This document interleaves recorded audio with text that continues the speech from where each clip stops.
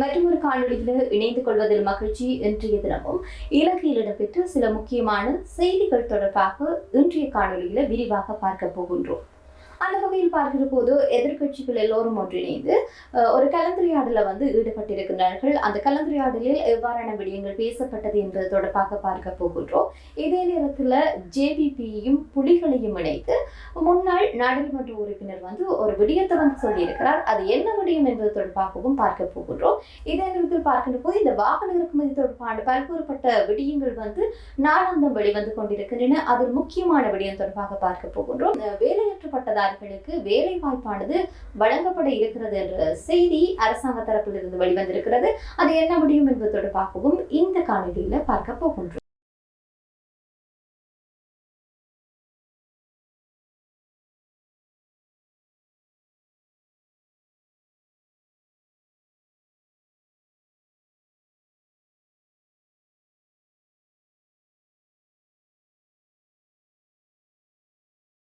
நாடாளுமன்றத்திற்குள்ள எதிர்கட்சிகள் எல்லாம் ஒன்றிணைந்து எவ்வாறு செயல்பட வேண்டும் என்பது தொடர்பான ஒரு கலந்துரையாடல் இன்றைய தினம் இடம்பெற்றிருக்கிறது.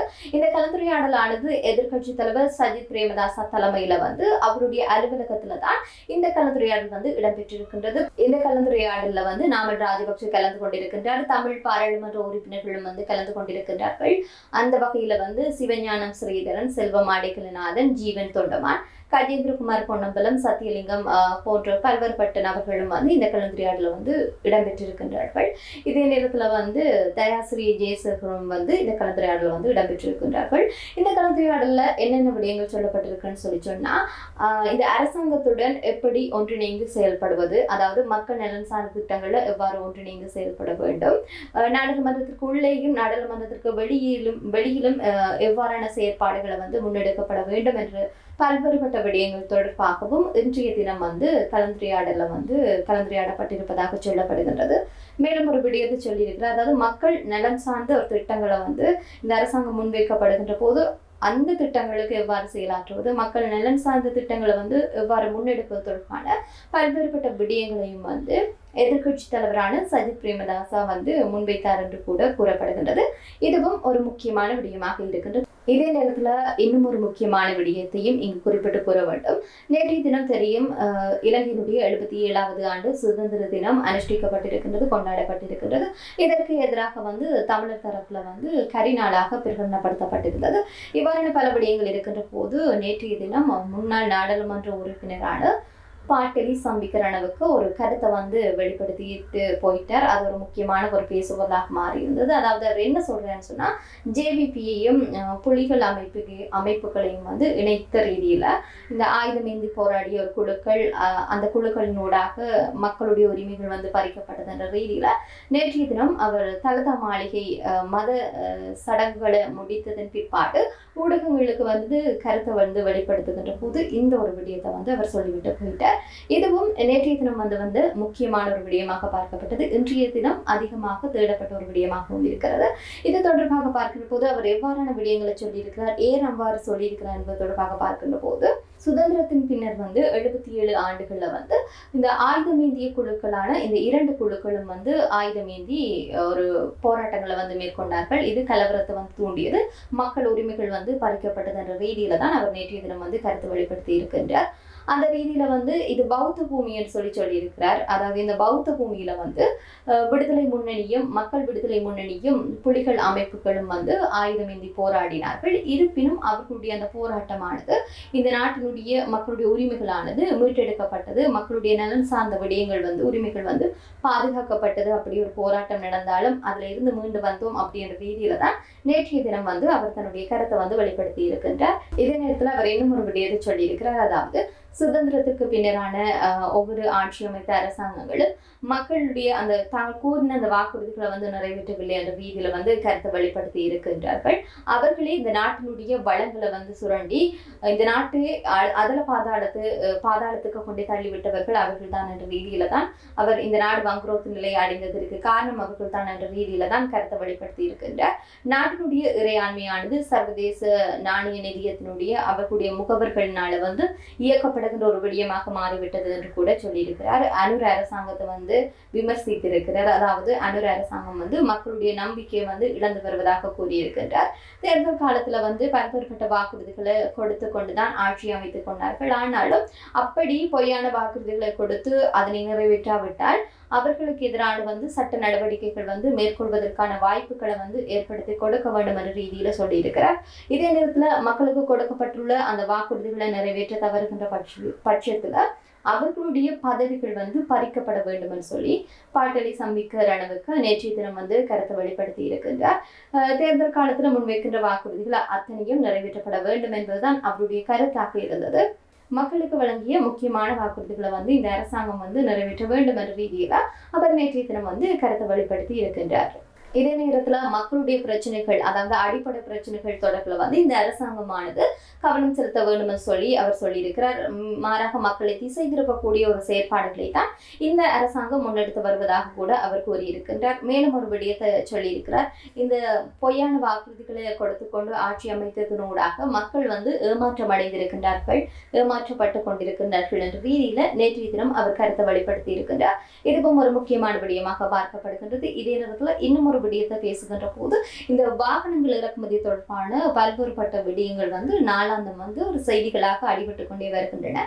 அந்த ரீதியில இந்த வாகனங்களுடைய விலை தொடர்பான பல்வேறுபட்ட விடயங்களை நாங்கள் கடந்த காணொலியில பார்த்திருக்கிறோம். இன்றைய தினம் ஒரு முக்கியமான விடயம் சொல்லப்பட்டிருக்கிறது. அதாவது இந்த நாடாளுமன்ற உறுப்பினர்களுக்கு அரசாங்கத்தினால வந்து வாகனங்கள் வழங்கப்படுமா இல்லையா என்ற கேள்வி வந்து பெரும்பாலானவர்கள் மத்தியில வந்து இருக்கக்கூடிய ஒரு விடயமாக இருக்கிறது. அந்த ரீதியில தற்போது ஒரு விடயம் வந்திருக்கிறது, செய்தி வந்திருக்கிறது. அதாவது இந்த அரசாங்க அதிகாரிகளுக்கு வந்து வாகனங்கள் தற்சமயம் வழங்கப்படாது அப்படின்ற ரீதியில வந்து ஒரு தகவலை வந்து வெளிப்படுத்தி இருக்கின்றார்கள். அது என்ன விடயம் என்பது தொடர்பாக நாங்கள் இப்போது பார்க்க போகின்றோம். அந்த வகையில பார்க்கிற போது தற்போதைய அரசாங்கமானது நாடாளுமன்ற உறுப்பினர்களுக்கு வந்து வாகனங்களை வழங்காதுன்னு சொல்லி வெகுஜன ஊடக அமைச்சராக இருக்கின்ற நலிந்த ஜேதிஸ் தான் ஒரு கருத்தை வந்து முன்வைத்திருக்கின்றார். அதாவது அமைச்சரவை முடிவுகளுடைய அடிப்படையில வந்து இன்றைய தினம் செய்தியாளர்கள் சந்திப்பு இடம்பெற்றுக் கொண்டிருந்த போதுதான் அவர் இந்த விடயத்தை வந்து ஊடகவியலாளர்களுக்கு வந்து கூறியிருக்கிறார்.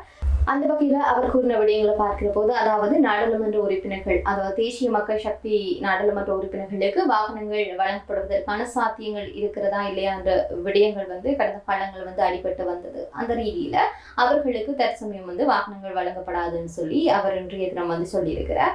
நாடாளுமன்ற உறுப்பினர்கள் தங்களுடைய ஏதாவது ஒரு சொந்த, அதாவது தங்களுடைய மக்களுக்கான செயல்பாடுகள்ல செயற்படுகின்ற போது அவர்களுக்கான வாகனங்களை கொடுக்க வேண்டும் என்ற ரீதியில அரசாங்கம் முடிவெடுத்திருந்தாலும் தற்போது இருக்கின்ற இந்த பொருளாதார நெருக்கடி, இந்த பொருளாதார பிரச்சனைகள் காரணமாக இந்த விடயம் வந்து முதன்மைப்படுத்தப்பட மாட்டாது என்ற ரீதியில தான் அவர் கருத்தை வெளிப்படுத்தி இருக்கின்றார். அது மட்டுமன்றி வாகனங்களை கொடுப்பதனால வந்து அரசாங்கத்திற்கு வந்து அதை பராமரிப்பதற்கான செலவுகள் வந்து அதிகமாக இருக்கிறது.